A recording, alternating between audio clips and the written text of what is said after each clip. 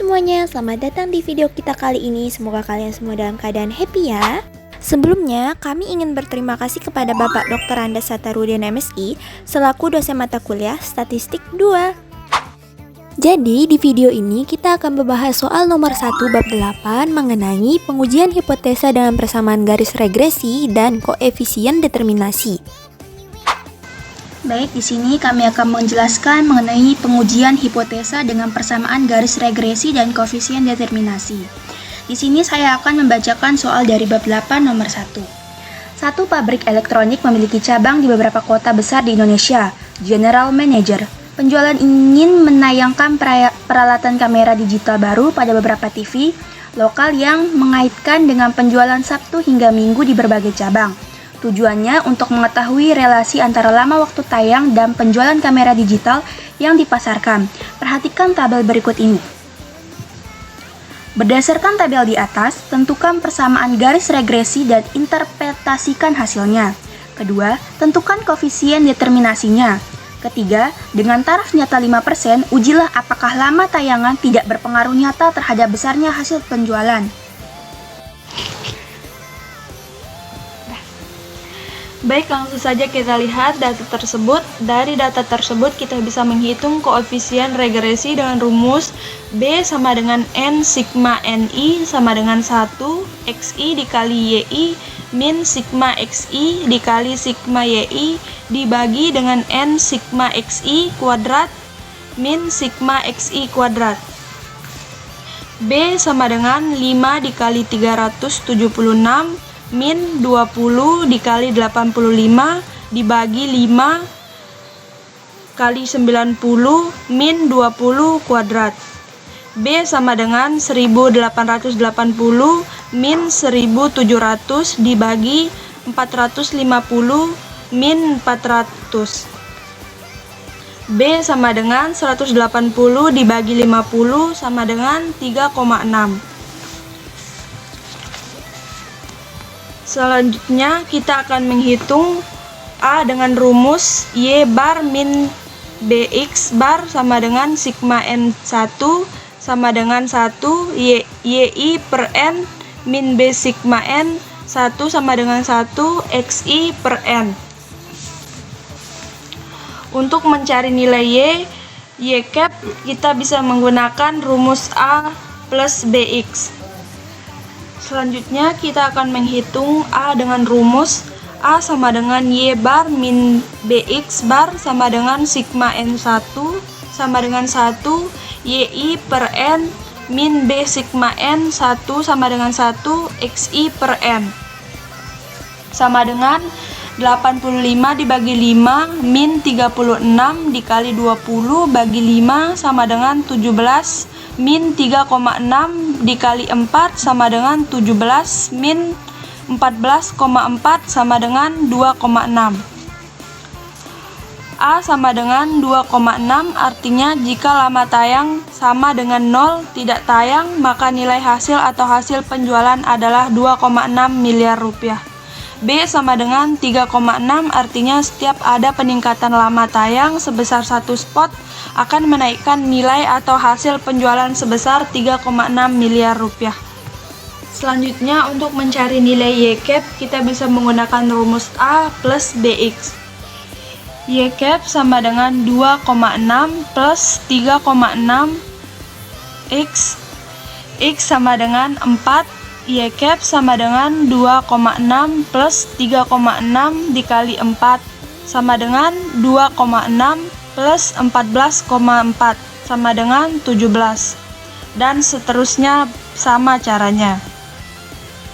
Baik, langkah kedua kita akan menghitung akar kuadrat dengan rumus akar kuadrat sama dengan A sigma N I sama dengan 1 YI plus B sigma N I sama dengan 1 kali XI min YI min N kali Y bar kuadrat dibagi sigma N I sama dengan 1 kali YI kuadrat min N kali Y bar kuadrat sama dengan 2,6 kali 85 plus 3,6 kali 376 min 5 kali 17 kuadrat dibagi 1595 min 5 kali 17 kuadrat sama dengan 221 plus 1353,6 min 5 kali 289 dibagi 1595 min 5 kali 289 sama dengan 221 plus 1353,6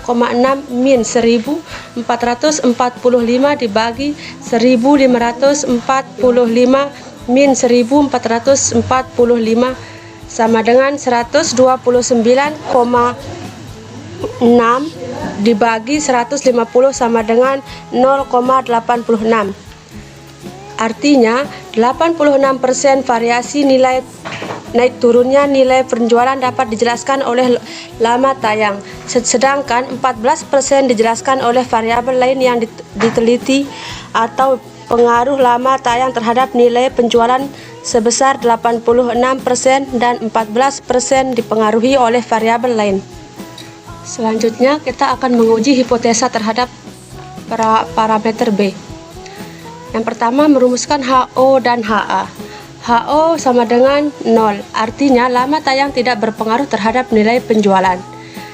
HA sama dengan 0 yang artinya lama tayang berpengaruh signifikan terhadap nilai penjualan. Selanjutnya kita akan menghitung taraf nyata. Jika taraf nyatanya 5%, maka T alfa per 2 dikali N-1 sama dengan T 0,05 per 2 kali 5 min 1 sama dengan T 0,05,4 sama dengan kurang lebih 2,776. Nah, di sini bisa langsung kita lihat kurva taraf nyatanya dengan wilayah kritisnya, yaitu T0 lebih besar dari 2,776 atau T0 kurang dari min 2,776. Langsung saja kita ke statistik uji dan perhitungan. Di sini kita akan menggunakan rumus T0 sama dengan B per SB atau SB kuadrat sama dengan SE kuadrat per sigma NI sama dengan 1 kali XI kuadrat, atau dengan rumus ketiga yaitu SE kuadrat sama dengan sigma NI sama dengan 1 kali YI kuadrat min B kuadrat sigma NI sama dengan 1 XI kuadrat dibagi N min 2. Langsung saja, jika diketahui sigma XI sama dengan 20, sigma YI sama dengan 85, dan sigma XI kuadrat sama dengan 90, sigma YI kuadrat sama dengan 1595. Langsung saja masuk ke rumus yang kita pakai, rumus yang kedua, yaitu sigma X kuadrat sama dengan N sigma XI kuadrat min sigma XI kuadrat dibagi N sama dengan 5 kali 90 min 20 kuadrat dibagi 5 sama dengan 450 min 400 dibagi 5 sama dengan 50 dibagi 5 sama dengan 10. Menghitung sigma YI kuadrat menggunakan rumus N sigma YI min sigma YI kuadrat dibagi N sama dengan 5 kali 1595 min 85 kuadrat dibagi 5 sama dengan 7975 min 7225 dibagi 5 sama dengan 750 dibagi 5 sama dengan 150.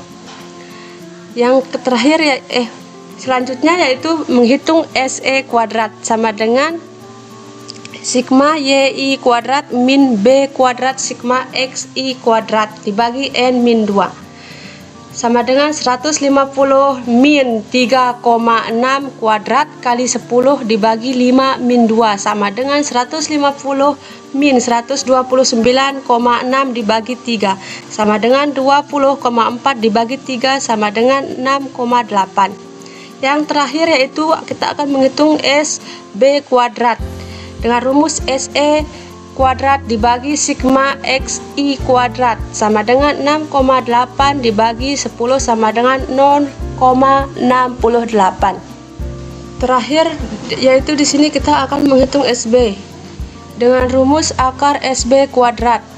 Langsung saja kita menghasilkan angka-angka yang sudah diketahui tadi, sama dengan akar 0,68 sama dengan 0,824. Jadi T0 sama dengan B per SB sama dengan 3,6 dibagi 0,824 menghasilkan 4,4. Keputusannya yaitu karena T0 sama dengan 4,4 lebih besar dari T0,0,5,4 sama dengan kurang lebih 2,776, maka HO ditolak. Artinya lama tayang berpengaruh signifikan terhadap nilai penjualan. Yeay, akhirnya sampai juga di penghujung video kita kali ini. Makasih banget ya buat kalian yang udah nonton sampai habis. Sampai ketemu di video berikutnya ya, dan jangan lupa jaga kesehatan. See you, bye-bye.